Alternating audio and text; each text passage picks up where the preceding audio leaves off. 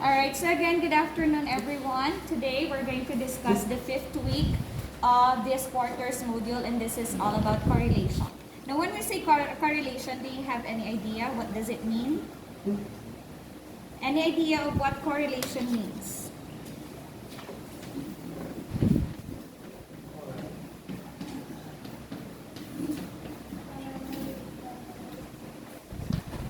Correlation. Okay, now in a basic definition, it is actually, or it refers to the relationship between two things, all right, or two quantities. But in statistics, it's actually the relationship between two variables, right? Because in statistics, we're most of the time talking of data as variables, okay?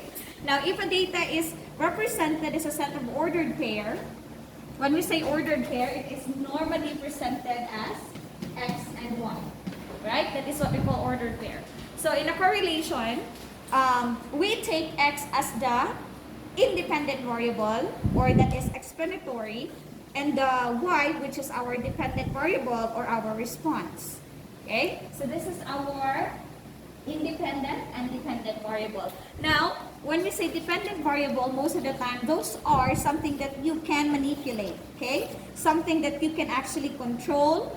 And on the other hand, when you say independent variables, so those are variables that cannot be controlled, okay?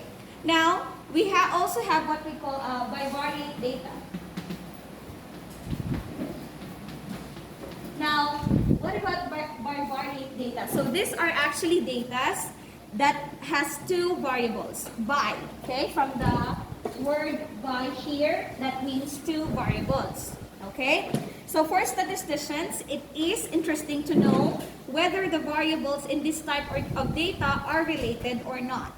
They use a numerical measure to determine whether two or more variables are related, and to what extent the strength of the relationship is determined, okay? This measure is called the correlation of coefficient.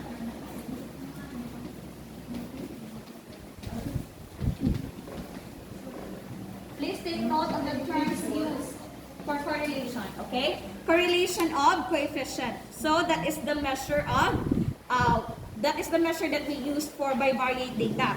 A visual tool that can help us analyze the relationship between two variables in a bivariate data is what we call the scatter plot.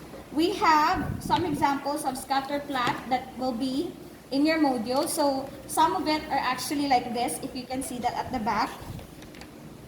So these are examples of scatter plot. Now, what are scatter plots? So again, this is the tool that we use. Most of the time, this is somehow like a graph, okay? If we are solving something, especially in math, we present them in graph. So in correlation, we present the relationship of each data through scatter plot.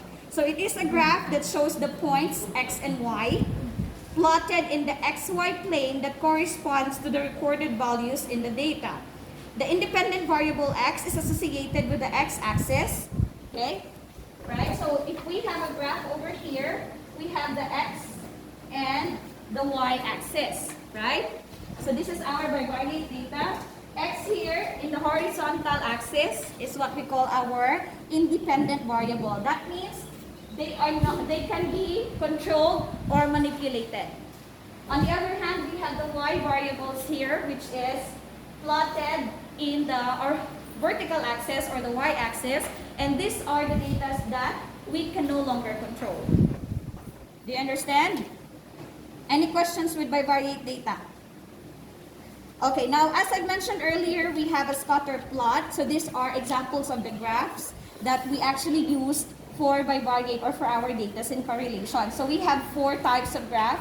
We have the positive linear, the negative linear, the zero correlation, and the non-linear correlation. Now, what is positive linear correlation? So it is a relationship in where, as the two data here, the X and Y both increases, okay? As the value of X increases, the value of Y also increases. That is our positive linear correlation. What about the negative linear? So that is almost the same man siya sa positive or contrary lang siya sa positive linear as the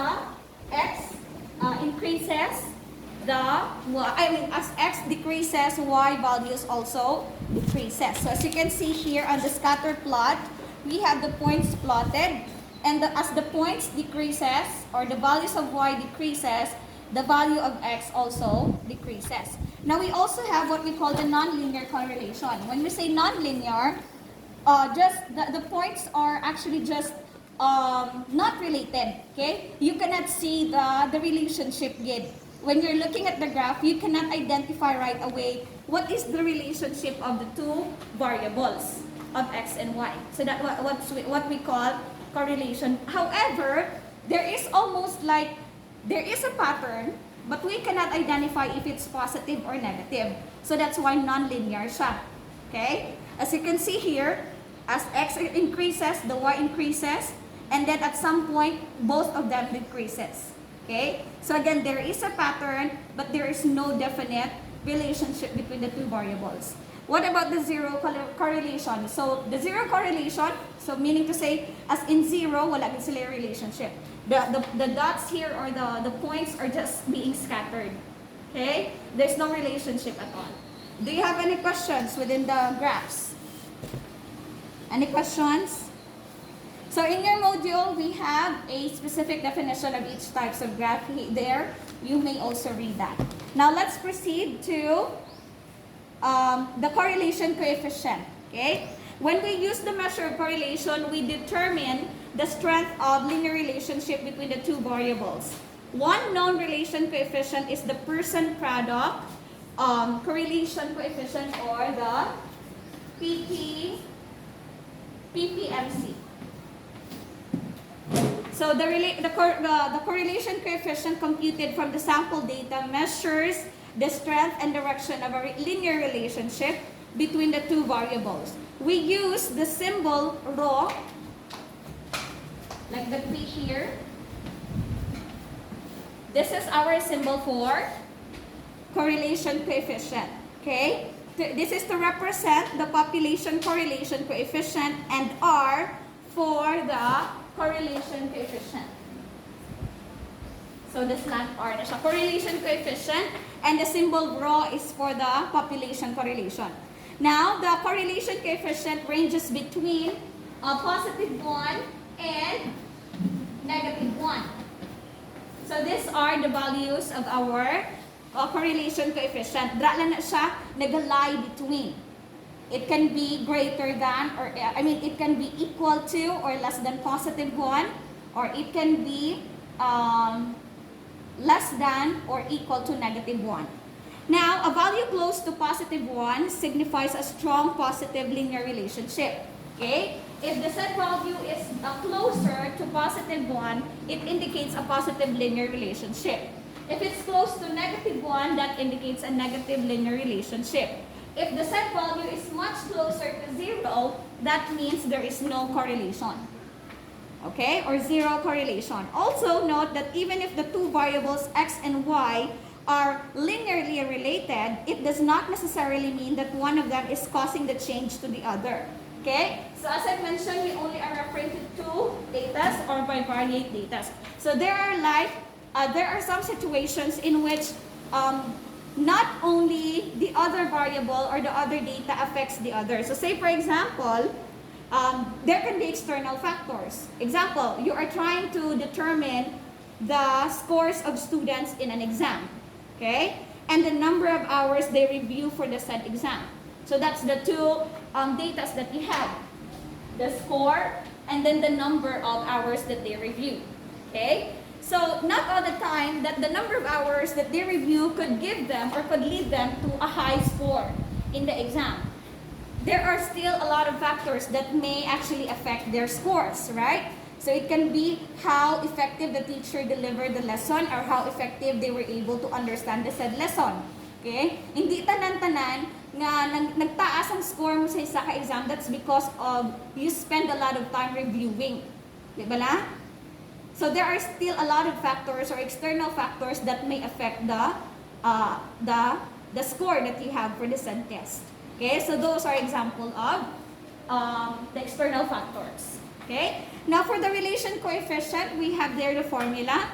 in your module. So as you can see, it is the ratio of n multiplied to the summation of x and y minus the product of the summation of x and y divided by the square root of n times the summation of x squared minus the summation of x also multiplied to n times the summation of y squared minus the square of the summation of y.